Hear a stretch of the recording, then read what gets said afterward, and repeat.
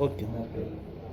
Très content ce soir de partager des connaissances dans les différents domaines de la vie. Aujourd'hui, je suis très heureux de partager avec quelqu'un dont la connaissance n'est pas démontrée, Maître Nzolo, avocat près la cour. Également, non seulement qu'il est licencié en droit, il est également doctorant en sciences économiques et monétaires.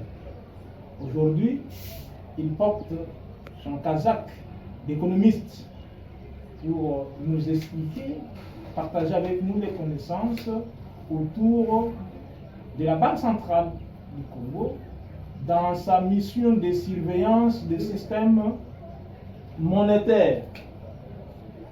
C'est autour de cette question très cruciale que nous donnons la parole à notre invité de nous expliquer sur cette question. Oui, merci beaucoup. Je suis très content d'être reçu par vous sur ce plateau et votre chaîne de télévision, YouTube en ligne. Bien entendu, je précise que je suis avocat près la cour d'appel. Je me nomme héritier Luzolo Kwanzambi, maître héritier Luzolo Kwanzambi, et en même temps je suis doctorant en sciences économiques et précisément option économie monétaire, donc je suis monétariste.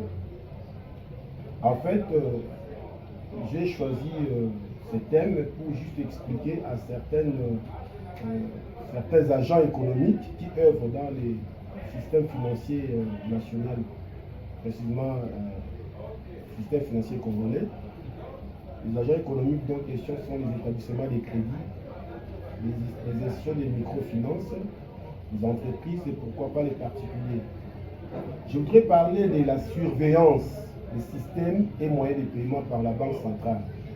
Tous nous savons que la Banque centrale est une institution régulatrice, n'est-ce pas, du système monétaire. Le système monétaire. La Banque centrale est là pour élaborer, bien entendu en collaboration avec le gouvernement, la politique monétaire à appliquer afin de pouvoir réguler certains agrégats macroéconomiques, notamment les PIB, la masse monétaire, qui stabilisent l'économie nationale. Alors, toujours dans ces différentes missions, celle qui consiste à être d'abord conseillère du gouvernement en matière monétaire, celle qui consiste à réguler, contrôler et surveiller la circulation de la masse monétaire sur le terrain, et en même temps concevoir la politique monétaire à appliquer pour stabiliser le niveau général des prix des biens et des services sur le marché.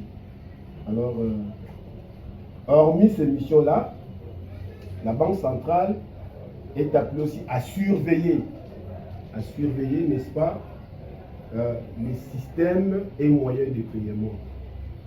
Comme nous savons tous que le système financier est constitué premièrement des acteurs, notamment les banques commerciales, commençant d'abord par la Banque centrale, les banques commerciales et puis les opérateurs économiques qui font des transactions financières du jour au jour. Vous voyez? Alors, maintenant, lorsqu'il y a un volume de transactions financières qui s'effectue à travers les institutions financières, notamment les banques commerciales, les institutions financières, les institutions des microfinances, les sociétés de microfinances, la Banque centrale est là pour surveiller comment ces transactions se font. Parce que si la Banque centrale ne surveille pas, il ne va pas aussi non plus contrôler le volume de la masse monétaire qui est en circulation. Dans la masse monétaire, nous avons la monnaie fiduciaire et nous avons également la monnaie structurale. La monnaie fiduciaire, ce sont les billets et les pièces, les billets des banques. Parce que la Banque centrale, vous allez vous souvenir que c'est une institution émettrice des billets des banques. Donc, c'est la Banque centrale qui crée la monnaie fiduciaire. Et la monnaie structurale, c'est maintenant la monnaie qui sont créés par les banques, les établissements de crédit. Les établissements de crédit, ce sont les banques commerciales, notamment ici UBA, Robank et les autres. Vous voyez?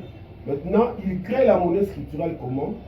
Par l'ouverture de comptes, c'est-à-dire lorsque les déposants viennent ouvrir des comptes de dépôt à vue et ils accordent des crédits, et c'est sur j'ai des comptes bancaires, ils créditent un compte, ils débutent un compte, et là, cette monnaie-là, on appelle ça scripturale, parce que c'est une monnaie qui circule entre